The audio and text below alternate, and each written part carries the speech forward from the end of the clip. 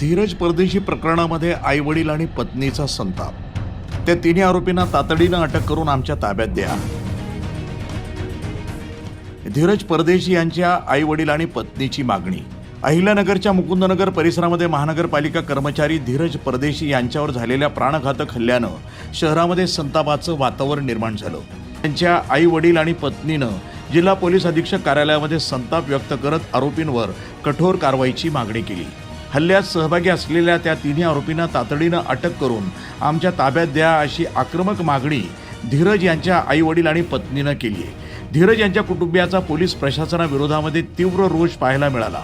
सर्व आरोपींना तातडीनं अटक करून हल्ल्यामागील संपूर्ण कटाचा तपास करावा, तसंच दोषींवर कठोर कारवाई करावी अशी मागणी कुटुंबियांनी केली आहे. दरम्यान या प्रकरणातील युनुस शेख याला पोलिसांनी ताब्यात घेतलं असून न्यायालयानं त्याला 3 दिवसांची पोलीस कोठडी सुनावली आहे. मात्र इतर आरोपी अद्याप पोलिसांच्या हाती लागले नसल्यानं धीरज यांच्या कुटुंबियामध्ये संताप कायम आहे.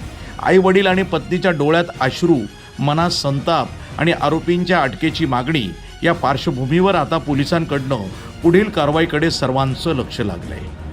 प्रतिनिधी मोहसिन शेख, न्यूज टुडे 24, अहिल्यानगर. त्या मुलांना 15 मिनिटं लागले माझ्या नवऱ्याला जीवनोपद्रवी तारा टाकायला. ते 15 तास होऊन पण आरोपी अजून सापडलेले नाही. कसं शक्य आहे?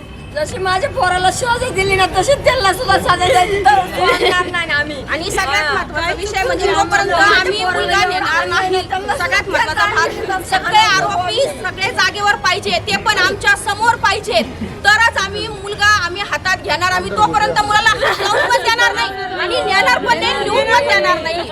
पहिले सगळे आरोपी पाहिजेत आणि ते पण आमच्या समोर पाहिजेत. नाही केलं एवढं वेळ काय किती आहेत बाकीचे आरोपी? 3 आरोपी फक्त. 3 आरोपी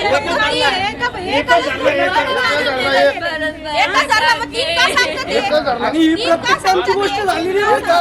ही प्रत्येकांची गोष्ट झालेली आहे. प्रत्येकाने